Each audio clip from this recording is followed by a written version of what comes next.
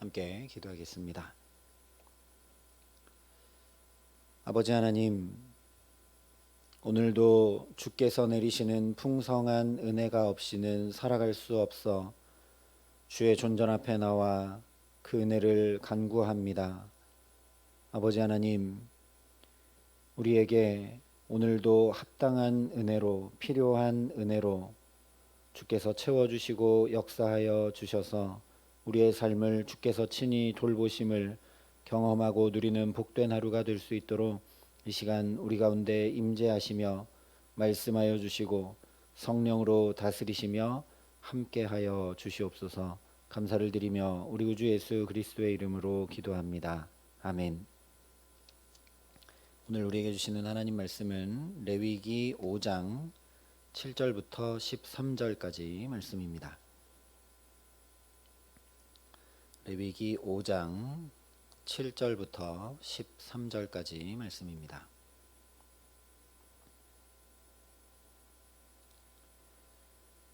레위기 5장 7절부터 13절까지 말씀을 제가 봉독해 드리겠습니다. 하나님의 말씀입니다.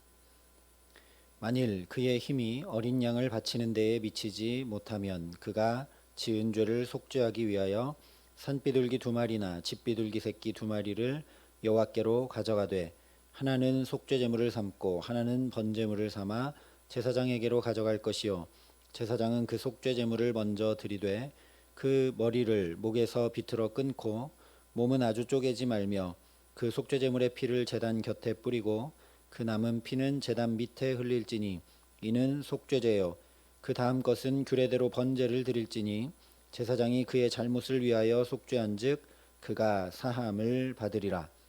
만일 그의 손이 산비둘기 2마리나 집비둘기 2마리에도 미치지 못하면 그의 범죄로 말미암아 고운 가루 10분의 1 에바를 예물로 가져다가 속죄제물로 드리되 이는 속죄제인즉 그 위에 기름을 붓지 말며 유향을 놓지 말고 그것을 제사장에게로 가져갈 것이요 제사장은 그것을 기념물로 한 움큼을 가져다가 제단 위 여호와의 화제물 위에서 불사를지니 이는 속죄제라. 제사장이 그가 이 중에서 하나를 범하여 얻은 허물을 위하여 속죄한즉 그가 사함을 받으리라. 그 나머지는 소제물같이 제사장에게 돌릴지니라. 아멘. 속죄제 규례의 마지막 부분인 오늘 말씀은 속죄제를 드려야 되는 여러 가지 경우들 중에 특별히 가난한 이들의 속죄제에 대해 전해주고 있습니다.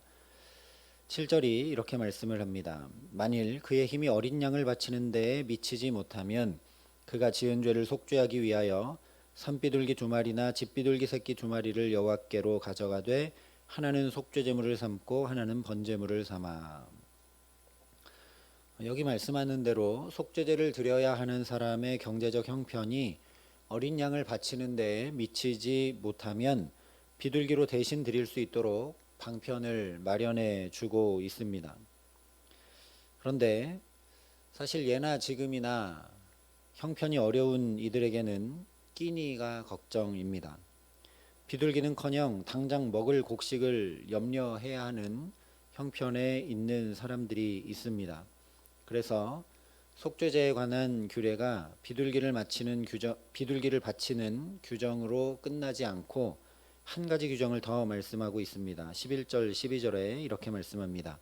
만일 그의 손이 산비둘기 2마리나 집비둘기 2마리에도 미치지 못하면 그의 범죄로 말미암아 고운 가루 10분의 1 에바를 예물로 가져다가 속죄제물로 드리되 이는 속죄제인즉 그 위에 기름을 붓지 말며 유향을 놓지 말고 그것을 제사장에게로 가져갈 것이요 제사장은 그것을 기념물로 한 움큼을 가져다가 제단 위 여호와의 화제물 위에서 불사를지니 이는 속죄제라.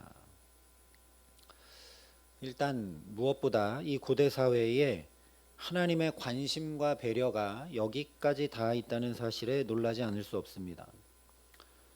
오늘 우리의 경우로 생각해 봐도 죄 사함을 받아야 하는 입장에서는 가장 좋은 것을 들고 나가도 가망성이 있을까 말까 한 일이죠. 내가 정말 용서받아야 할 일이 있다면, 그래서 가서 용서를 구해야 될 사람이 있다면 할 수 있는 최선을 다해 좋은 것을 들고 찾아가서 용서를 구하게 될 것입니다. 그런데 제사를 받으시는 하나님께서 값지고 귀하고 좋은 것이 아니라 비둘기든 곡식 가루든 제사 드리는 사람의 형편에 맞도록 재물을 가지고 나오라 말씀하신 것은 정말 놀라운 일입니다. 그래서 이 규정은 크게 두 가지 의미가 있습니다. 첫 번째로 속죄제는 그야말로 의무제사다라는 겁니다. 그 사람의 상황과 형편이 아무리 좋지 못하다 할지라도 속죄제는 반드시 드려야 된다라는 것이죠. 그래서 예외 없이 그 제물이 비둘기라고 할지라도 심지어 곡물의 가루라 할지라도 반드시 속죄제를 드려서 죄를 사함받고 정결케 되도록 규정해 주고 있는 것입니다. 그래서 두 번째 의미는 하나님 앞에 용서받지 못할 죄인은 아무도 없다라는 것입니다. 처음 속죄제 규례에 대한 말씀이 4장 2절에 누구든지라고 번제와 똑같은 말씀으로 시작하고 있는 것을 우리가 살펴봤습니다. 누구든지 하나님께 나올 길을 환히 열어놓으신 그것이 바로 번제의 의미였는데, 그 열어놓으신 길이 누구에게든지 또 막히지 않게 하시겠다는 하나님의 강력한 의지가 바로 오늘 가난한 이들의 재물에 관한 규정이라는 말씀입니다.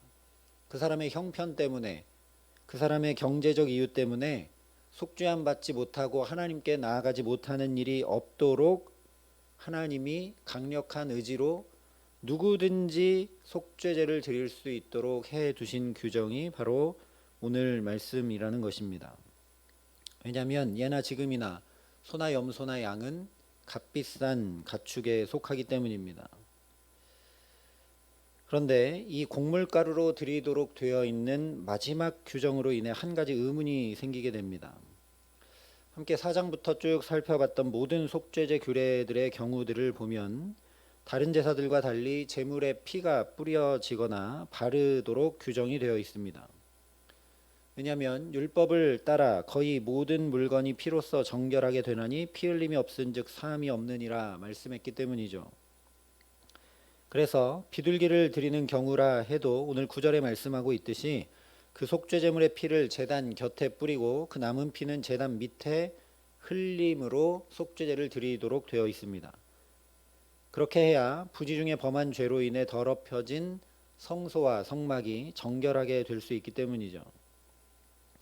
그런데 곡물로 속죄제를 드리게 되면 피 자체가 없기 때문에 속죄제가 성립될 수 없다는 문제가 생기게 됩니다. 그럼에도 불구하고 12절에 이는 속죄제라 분명히 말씀하고 있죠.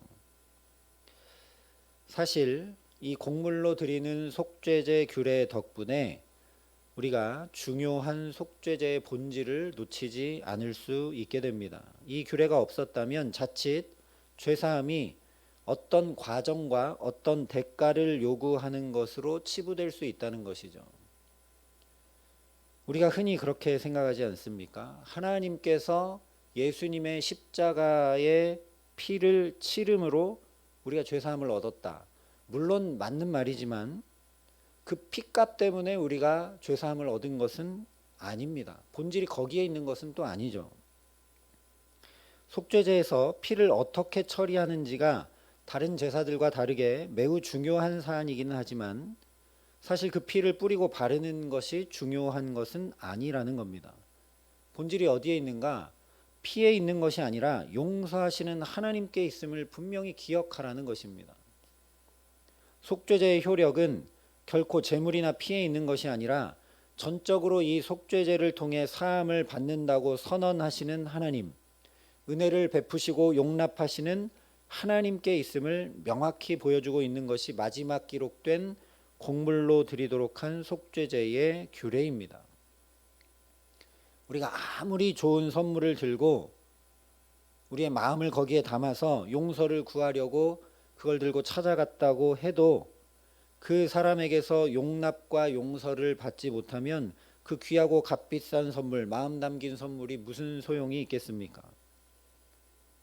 용서해 주는 그 사람의 용납과 용서가 가장 중요한 것이죠. 마찬가지라는 겁니다. 아무리 귀한 소나 양을 드린다 한들 하나님의 용서와 용납이 베풀어지지 않으면 아무 소용없는 것이죠. 반대로 곡물을 드린다 할지라도 하나님이 용서하시면 용서가 되는 겁니다. 그러므로 이 속죄제 규정들을 통해 분명히 알게 되는 것은 바로 하나님의 마음이죠. 죄로 인해 하나님과 우리 사이가 가로막히기 원치 않으시는 하나님의 간절한 마음이 이 규례들에 담겨 있는 것입니다. 그래서 예수의 십자가 보혈이 매우 중요하긴 하지만 거기에 담겨 있는 하나님의 마음이 더 중요합니다. 그 어떤 것으로도 우리와 하나님 사이에 죄로 인해 막힌담이 없기를 원하시는 하나님의 간절한 마음이 독생자까지 우리에게 내주셨다는 것이죠. 속죄제라는 방법, 다양한 경우에 심지어 부지 중에 범한 죄의 경우라 할지라도 또한 형편이 어려워 짐승을 드릴 수 없는 경우라 할지라도 이 속죄제라는 방법을 통해 하나님 앞에 누구든지 나올 수 있도록 하신 하나님의 마음이 여기 담겨 있다라는 겁니다.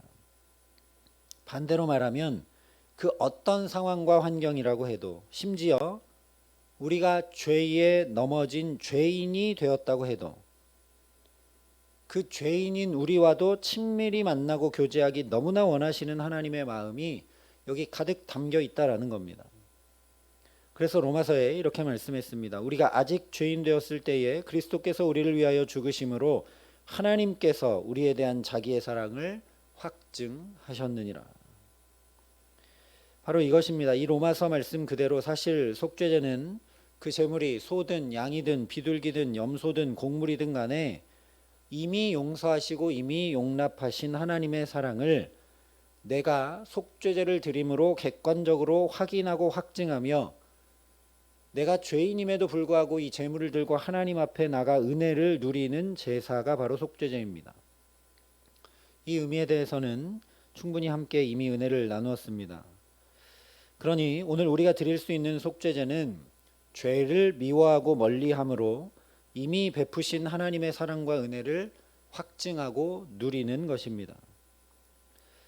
사실 우리가 쭉 함께 살펴본 속죄제 제사의 규례들을 이스라엘 백성들이 이 당시에도 그대로 행하는 것은 거의 불가능에 가깝습니다. 문자 그대로 행해야 했다면 한번 생각해 보시기 바랍니다. 아마 하루에도 몇 번씩 속죄제를 드리기 위해 성소에 나와야 했을 것입니다. 부지 중에 범한 죄가 하나 둘이었겠습니까? 또 마음으로 범한 죄는 하나 둘이었겠습니까? 출애굽한 이스라엘 백성이 장정만 60만이었습니다. 여자와 아이들과 노인들까지 합치면 3-4배는 되겠죠. 그 많은 사람이 속죄제를 드리러 이 성소로 나온다고 한번 생각해 보시기 바랍니다. 아마 속죄제 드리느라 다른 제사는 하나도 드리지 못하고 업무가 마비됐을 겁니다. 또 한 개인만 생각한다 할지라도 속죄제 드릴 때마다 제물을 들고 나와야 했으니 처음엔 소나 양 갖고 오다가 그 다음엔 비둘기를 가져올 수밖에 없었을 것이고 그 다음엔 곡물을 가져올 수밖에 없었을 겁니다. 하나님이 그러기를 원하셨을까요? 제물 드리고 속죄 받느라고 점점 가난해지고 결국에는 이대로 해야 되면 곡물도 아마 가져 나오지 못할지도 모릅니다. 현실적으로는 거의 불가능하다라는 것이죠. 그러니 이 속죄제 규례는 분명 의무제사 규례이기는 하지만 그보다 본질적으로 하나님의 백성들이 그러니까 죄에 대해 얼마나 민감하고 예민하게 반응해야 되고 조심해야 되고 멀리해야 되는지를 확실하게 알려주는 말씀입니다. 현실적으로 아무리 이렇게 속죄제를 드리고 싶어도 정말 내가 지은 죄에 해당하는 경우마다 속죄제를 드리러 가려면 불가능하다라는 거죠. 그걸 알면 죄에 정말 민감하고 예민할 수밖에 없고 죄를 조심하지 않을래야 않을 수 없고 죄를 정말 최대한 멀리 할 수밖에 없다라는 겁니다. 학자들도 레위기 제사 규례들이 실제 제사 지침이기도 하지만 거룩한 백성 제사장 나라로 살아가야 할 이스라엘이 깊이 담아야 할 근본 원칙이라고 이야기를 합니다. 그 깊이 담아야 할 삶의 근본 원칙은 바로 말할 수 없는 하나님의 사랑이죠. 사랑하면 자연히 정결히 행하게 됩니다. 내가 어떤 한 남자가 사랑하는 여인이 있는데, 정말 사랑하는 여인이 있는데 계속 다른 여자들을 만나고 다닐 수는 없는 노릇인 것이죠. 사랑하면 당연히 정결히 행하게 되어 있습니다. 사랑하면 자연히 구별하고 거룩하게 행하게 되어 있습니다. 사랑하면 사랑하는 대상이 원하는 것을 민감히 살피고 반응하며 자연히 내 삶의 태도와 가치가 바뀌어 가게 되어 있습니다. 반대로 사랑하지 않으면 또 상대방의 사랑을 내가 확인할 길이 없습니다. 저쪽이 사랑한다고 아무리 고백해도 내가 그 사랑에 응답해서 나도 사랑으로 나가지 않으면 저쪽에서 말한 그 사랑이 내게 주관적이고 체험적으로 확인되고 확증되지 못합니다.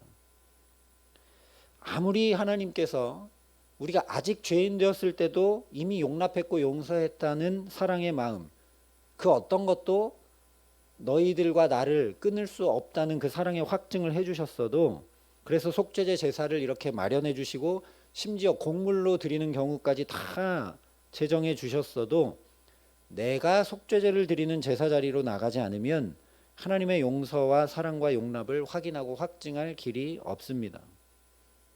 아무리 우리가 아직 죄인 됐을 때 독생자 예수 그리스도를 내어주시기까지 사랑하심으로 그 사랑을 확증해 주셨어도 내가 그 하나님을 사랑하는 일에 부단히 매진하지 않으면 그 사랑이 내게 체험되고 확증될 길은 없다라는 것이죠. 그러니 오늘 우리가 드려야 하는 속죄제는 마땅히 하나님을 사랑함으로 살아가는 것입니다. 하나님을 사랑하기 때문에 예배하지 않을래야 않을 수 없어 예배하고, 하나님을 사랑하기 때문에 하나님 사랑하시는 이웃을 나도 사랑하고, 하나님을 사랑하기 때문에 하나님이 싫어하시는 것 하지 않고 세상 가치와 방법을 따르지 않고 살아가는 것이 바로 오늘 우리가 올려드려야 하는 속죄제라는 말씀입니다. 그러니 어떻게 하면 오늘도 하나님을 기쁘시게 할 수 있을까 하는 마음으로 살아가는 저와 여러분 되게 하시기를 간절히 소망합니다. 어떻게 하면 하나님을 기쁘시게 할까? 우리 가정에서 어떻게 해야 하나님 기쁘시게 할 수 있을까? 우리 자녀들을 대할 때 어떻게 해야 하나님 기쁘시게 할 수 있을까? 내가 오늘 일해야 되는 일터에서 어떻게 해야 하나님 기쁘시게 할 수 있을까? 우리 모든 걸음에서 하나님 기뻐하시는 것을 내가 어떻게 하면 행할 수 있을까 하며 살아갈 때 오늘도 하나님의 사랑이 내게 확인되고 그 은혜가 깊이 체험되게 하실 줄 믿습니다. 그러면 자연히 우리가 죄를 더욱 멀리하게 되고 우리 삶의 태도와 가치관이 변해가게 하실 줄 믿습니다. 그래서 정말 하나님을 사랑함으로 그렇게 나아가기에 하나님의 모든 것을 누리는 하나님 나라의 백성으로, 하나님 나라의 자녀로 살아가게 하시는 귀한 은총 주시기를 우리 구주 예수 그리스도의 이름으로 간절히 축원합니다. 함께 기도하시겠습니다. 사랑과 은혜가 풍성하신 아버지 하나님,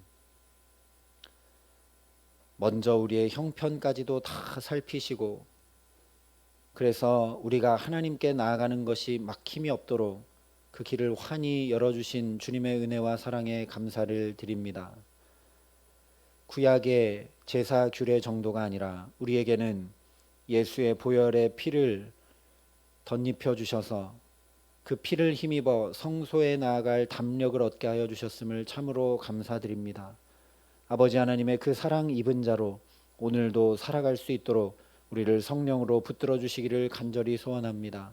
하나님을 사랑하기에 예배하지 않을래 않을 수 없어 예배하게 하시고, 하나님을 사랑하기에 하나님 사랑하신 이웃에게 관심을 갖고 그 이웃들을 나도 사랑하며 살게 하여 주시옵시고, 하나님 사랑하기에 하나님 싫어하시는 죄들을 멀리하고 세상 가치와 방법을 따르지 않고 구별된 하나님의 자녀로 살아갈 수 있도록 우리 걸음걸음을 붙들어 주시옵소서. 하나님, 그래서 우리가 자녀된 삶, 구별된 삶을 살아가기에 우리의 가정과 자녀들과 일터와 모든 삶에서 하나님의 모든 것을 누리며 살아가는 정말 하나님의 자녀된 특권을 가지고 오늘도 살아갈 수 있도록 우리를 축복하시고 함께 하시고 은혜 더하여 주시옵소서. 이제는 친히 우리의 구원이 되신 우리 구주 예수 그리스도의 은혜와 그 독생자 예수를 아낌없이 내어주신 아버지 하나님의 놀라우신 사랑하심과 오늘도 하나님의 자녀된 삶을 살아갈 수 있도록 우리의 모든 걸음을 붙드시고 도우시는 성령 하나님의 교통하시고 역사하심이 하나님 사랑함에 더욱 매진하고 그 사랑을 깊이 알아 우리의 삶이 자연히 변화되어져 가고 새로워지기를 소망하고 결단하는 여기 모인 모든 주의 성도들과 사랑의 빛교회 모든 교우들과 이 나라 이 민족과 이 귀한 복음을 오늘도 세계 만방에 전하시는 선교사님들 가운데 이제로부터 영원토록 함께 하시기를 간절히 축원하옵나이다. 아멘.